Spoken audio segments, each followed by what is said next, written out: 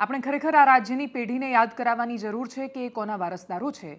આપણે ખરેખર રાજનીતિમાં નવા આવતા યુવાનોને કહેવાની જરૂર છે કે કઈ રાજનીતિના તમે વારસદારો છો. એમને યાદ કરાવવાની જરૂર છે કે તમે ગાંધી અને સરદારની ભૂમિના સંતાનો છો. એમને કહેવાની જરૂર છે કે તમે એ રાજ્યના નાગરિકો છો જે રાજ્યની શરૂઆત રવિશંકર મહારાજના ભાષણથી થઈ હતી. એમને વારંવાર એ યાદ કરાવવાની જરૂર છે કે રાજ્યનું ઉદ્ઘાટન થઈ રહ્યું હતું ત્યારે ગાંધી આશ્રમમાં ઊભીને બાકીના બધા જ રાજનેતાઓની વચ્ચે રવિશંકર મહારાજ શું બોલ્યા હતા. એમને કહેવાની જરૂર છે કે જે ઉમાશંકર જોશીએ રાજ્યના વખાણ કર્યા, જે ઝવેરચંદ મેઘાણીએ સાહિત્ય ઉઘરાવ્યું, જે કનૈયાલાલ મુનશીએ આપણને ઇતિહાસ પીરસ્યો, આપણે એ ગુજરાતના સંતાનો છીએ. આપણું ગુજરાત ક્યારેય કોઈ દિવસ અત્યાર સુધીના ઇતિહાસમાં આ પ્રકારની બૂથ કેપ્ચરિંગની ઘટનાઓ પછી ઇન્સ્ટાગ્રામ લાઈવ કરતું નજરે નથી પડ્યું. આ રાજ્યની આ છોકરો શરમ છે, જેનું નામ વિજય રમેશભાઈ ભાભોર છે. મહીસાગર જિલ્લો કે દાહોદ જિલ્લો, આ બંનેની એ શરમ છે. નમસ્કાર, આપની સાથે હું દેવાંશી.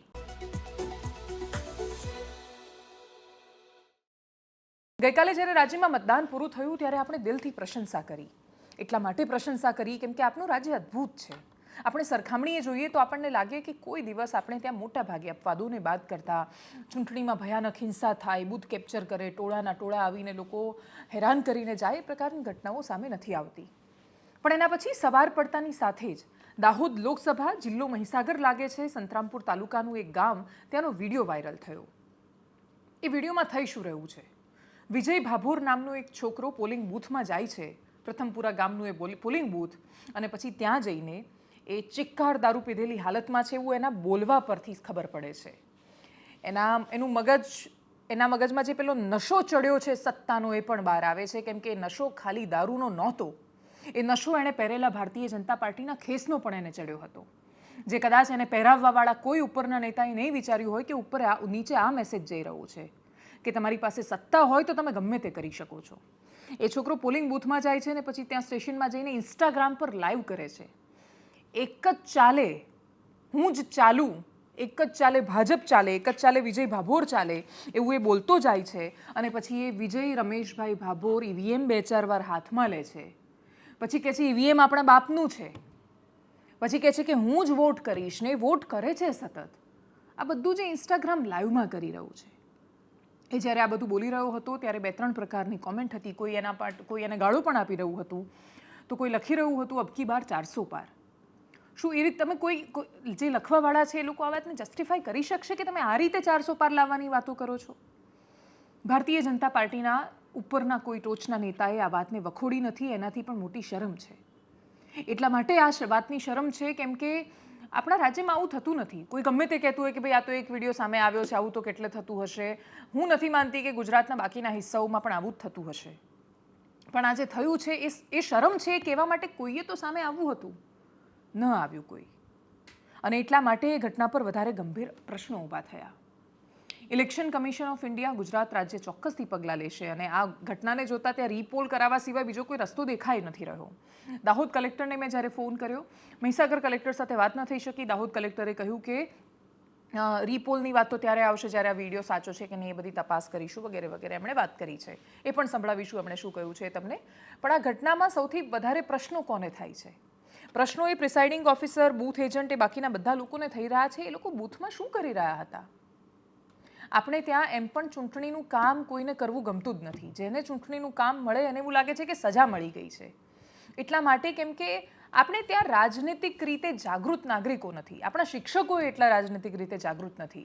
એટલા માટે કેમ કે એમને બીક લાગે છે. જ્યારે આ પ્રકારના વિસ્તારોમાં એમને કામ કરવા જવાનું આવે ત્યારે એમને એવું લાગે કે આ શું માથે આવી ગયું છે. ચૂંટણીમાં મતદાન કોઈ કરાવવા માટે જાય ને, એ પણ જો એને જીવને જોખમ જેવી વાત લાગતી હોય તો એ તો આપણી શરમ છે ને. ઘણા બધા કર્મચારીઓ છે જે દિવસ રાત ભયાનક કામ કર્યું છે, પૂરી નિષ્ઠાથી કામ કર્યું છે, પારદર્શી રીતે નિષ્પક્ષતાથી કામ થાય એ રીતે એ લોકો કામ કરી રહ્યા છે ગ્રાઉન્ડ ઝીરો પર. એક માણસ પોતાના દિવસના કલાકોના કલાકો આપે છે. રૂપિયા નથી મળતા એમને એવા બધા, સાવ ક્ષુલ્લક અમાઉન્ટ એમને મળતી હોય છે. અને એના પાછળ એમને રિસ્ક કેટલું મોટું હોય છે, એટલી મોટી જવાબદારી હોય છે. આજે અહીંયા થયું એ જે 4-5 કર્મચારીઓ છે જેને મહીસાગર જિલ્લા કલેક્ટરે નોટિસ આપી છે, અને જે જવી જ જોઈએ, શોકોઝ નોટિસ પણ શું કામ, એમને સસ્પેન્ડ જ કરવા જોઈએ. પણ આટલું મોટું રિસ્ક હોય છે એમના માથે. એક દિવસનો સમય આપીને શું કામ કારણ માંગ્યું, કારણદર્શક નોટિસ માંગી, એ બહુ મોટો સવાલ છે. બહુ સ્પષ્ટ છે શું જવાબ માંગી રહ્યા છો તમે. પણ એ લોકો જ્યારે ટ્રેનિંગ લઈ રહ્યા છે ત્યારે શું ટ્રેનિંગમાં એમને ખરેખર મંજીરા કેવી રીતે વગાડવાના, ઢોલ વગાડવાના, કોઈ આવે તો ભાગી જવાનું આ શીખવ્યું હશે? એવું તો ડેફિનેટલી નથી શીખવતા. હું મારી આસપાસના એવા અનેક લોકોને જોઉં છું અને એમને સાંભળું છું એ જ્યારે ડ્યુટી પરથી આવે છે ત્યારે કે કેટલી જવાબદારી સાથે પોતાના કર્તવ્યનું વહન કરે છે એ લોકો. એ પોતાનું જે એમના ભાગમાં આવેલું કામ છે એને પૂરું કરીને આવે છે. સવારે 4 વાગ્યાના નીકળે છે, રાત્રે 12-1 વાગ્યા સુધી પાછા નથી આવતા, ભયાનક મહેનત કરે છે. તમે ગરમી જુઓ, મતદાન મથકમાં જાફરાબાદમાં કોઈ બેન કર્મચારી છે કે જે પોતાનો જીવ ગુમાવી દે છે પોતાના કામ દરમિયાન, ડ્યુટી દરમિયાન. દુર્ભાગ્યપૂર્ણ એવી ઘટનાઓ સામે આવે છે કે જ્યાં કામ કરતાં કરતાં તડકામાં કાં તો કર્મચારીઓ બેભાન થઈ જાય છે. અને આટલી ભયાનક મહેનત એ લોકોની બધાને શંકાની નજરથી જોવા માટે ગુજરાત રાજ્યના નાગરિકોને દોરી જાય છે. જ્યારે આ પ્રકારનો વિડીયો સામે આવે અને પછી દાહોદ કલેક્ટરને પૂછીએ કે શું એ કર્મચારીઓએ આવીને ફરિયાદ કરી તમને? આપણે સમજીએ કે એ જે અડધો કલાક, 2 કલાક કે આખો દિવસ જ્યારે તમને એવું લાગતું હોય કે આખું બૂથ કેપ્ચર થઈ રહ્યું છે ને તમે કશું બોલશો તો તમને માર પડે, મારી નાખે અથવા કંઈ ખરાબ સ્થિતિ થાય, પણ એના પછી બધું પૂરું થઈ ગયા પછી તમે કેમ જાણ ન કરી? શું એ તમારી જવાબદારી નહોતી બનતી કે તમે પોતાના અધિકારીને જણાવો? અડધો કલાકની અંદર એ વ્યક્તિ પોલીસ લઈ ગઈ હોત ને જેલના સળિયાની પાછળ હોત. કોઈની તાકાત નથી. આપણે ત્યાં આજે તંત્ર એ રીતે તો કામ કરે જ છે કે તમે ફરિયાદ કરો ને પગલાં ના લેવાય એવું મોટા ભાગે બનતું નથી. અપવાદરૂપ કિસ્સાઓ ઘણી જગ્યાએ સામે આવતા હશે, પરંતુ આની અંદર કર્મચારીઓએ જે કરવું જોઈતું હતું એ નથી કર્યા અને માણસો પોતાની ફરજ ચૂકે, બધી બાજુથી ચૂકાય ત્યારે આ જ થતું હોય છે. કોંગ્રેસના એજન્ટ કેમ કે દાહોદમાંથી ડૉક્ટર પ્રભાત આવિયાડ પણ ચૂંટણી લડી રહ્યા હતા ત્યાં, એ પણ ત્યાં હાજર, એમના એજન્ટ પણ ત્યાં હાજર હતા. એ લોકો પણ શું મંજીરા લઈને ગયા હતા ત્યાં વગાડવા? એમણે કેમ કશું ન કર્યું? બધી બાજુના પ્રશ્નો ઊભા થયા છે. અને છેલ્લો પ્રશ્ન એ થાય છે કે હું જ્યારે આ રેકોર્ડ કરી રહી છું ત્યાં સુધીમાં અમારી પાસે કોઈ જવાબ નથી કે રીપોલ ફરીથી એ બૂથ પર ચૂંટણી થવાની છે કે કેમ. જો ઇલેક્શન કમિશન ઓફ ઇન્ડિયાની પાસે એટલો સમય નથી કે ત્વરિત આ બધી વાતોનું એસેસમેન્ટ કરીને જવાબ લે, નિર્ણય લઈ શકે, તો તમારી નિર્ણય કરવાની કાર્યદક્ષતા પર અમે ચોક્કસ પ્રશ્નો કરી રહ્યા છીએ. સૌથી પહેલાં એ વિડીયો જોઈએ જે સામે આવ્યો છે અને એના પછી ઘણી બધા રિએક્શન સામે આવ્યા, પોલીસે શું કહ્યું, બાકીની બધી વાતોને સાંભળીએ. દાહોદ કલેક્ટરની સાથેની વાતચીતને પણ સાંભળીએ. મશીન બધું આપણા બાપનું જ છે. મશીન હે આપણા બાપનું જ છે.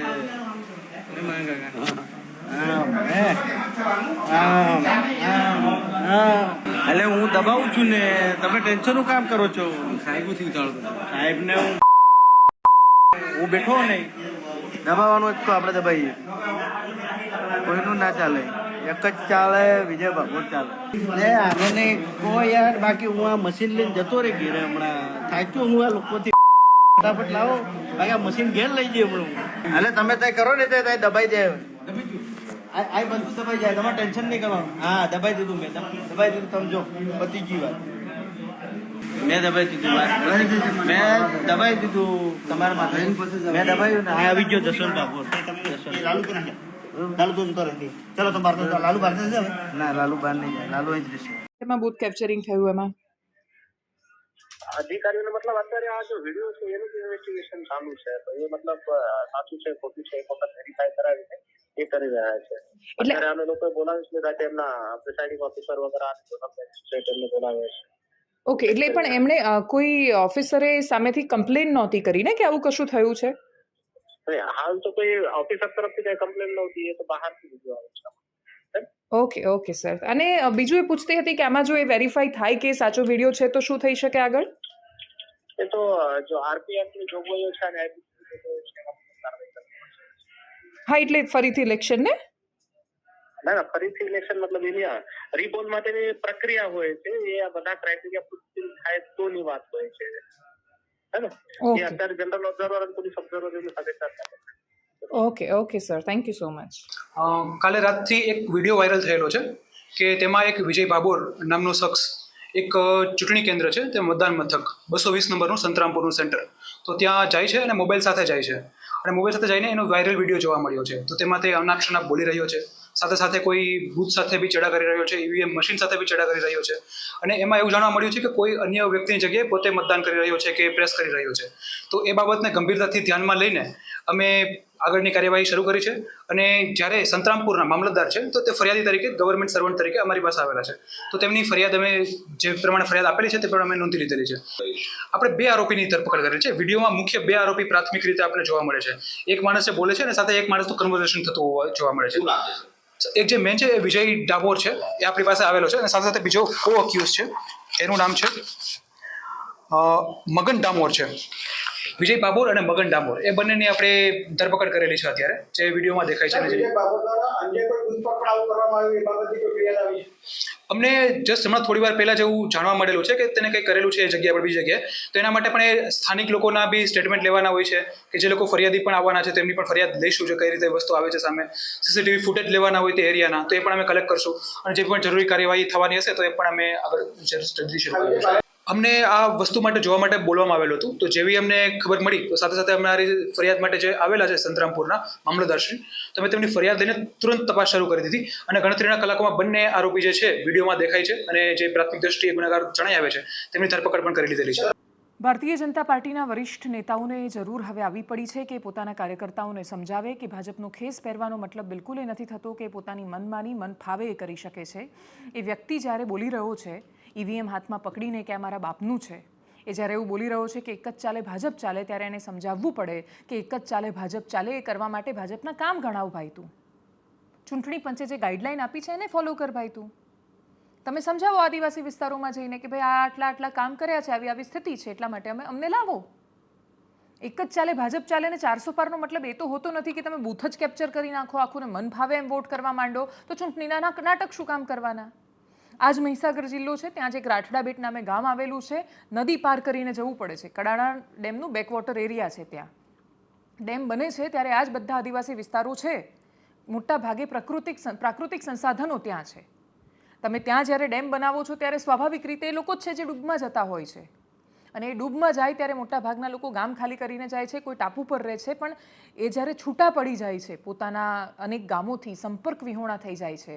આપણે આટલા વર્ષો પછી કડાણા ડેમને આટલા બધા વર્ષો થયા, એન્જિનિયરિંગ માર્વેલ છે ડેમ અને એની કેનાલનું નેટવર્કિંગ અને જે યોજનાઓ કરી છે, અદ્ભુત કામ છે. કડાણા ડેમ ન હોય તો આજે ખેડાનો એક છેક સુધીનો વિસ્તાર પાણી કેવી રીતે પીવે એ બહુ મોટો પ્રશ્ન થઈ જાય. મહીસાગર, પંચમહાલ, અરવલ્લીનો એક હિસ્સો, ખેડા સુધી છેક બધા આ લોકો મહીસાગરના પાણી પર નભી રહ્યા છે. પણ એ જ મહીસાગર એ કડાણા ડેમ બનતી વખતે ડુબાણમાં ગયેલું જે રાઠડા બેટ છે ત્યાં આપણી પાસે જવાનો રસ્તો નથી, બોટમાં જવું પડે છે.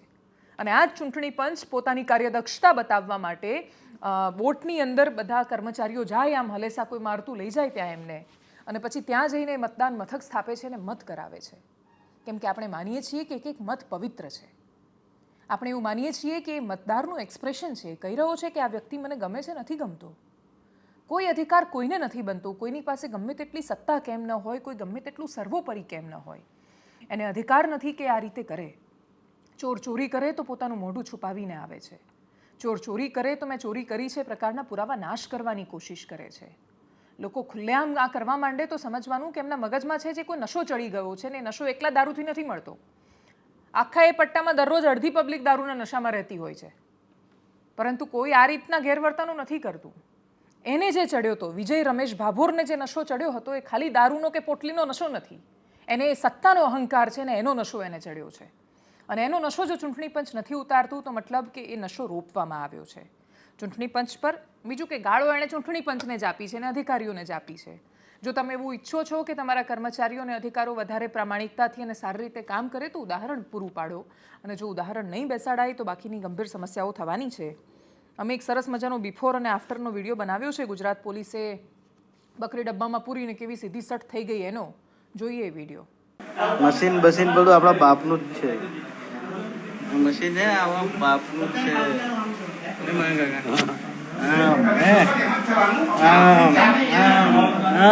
A few moments later. Game over.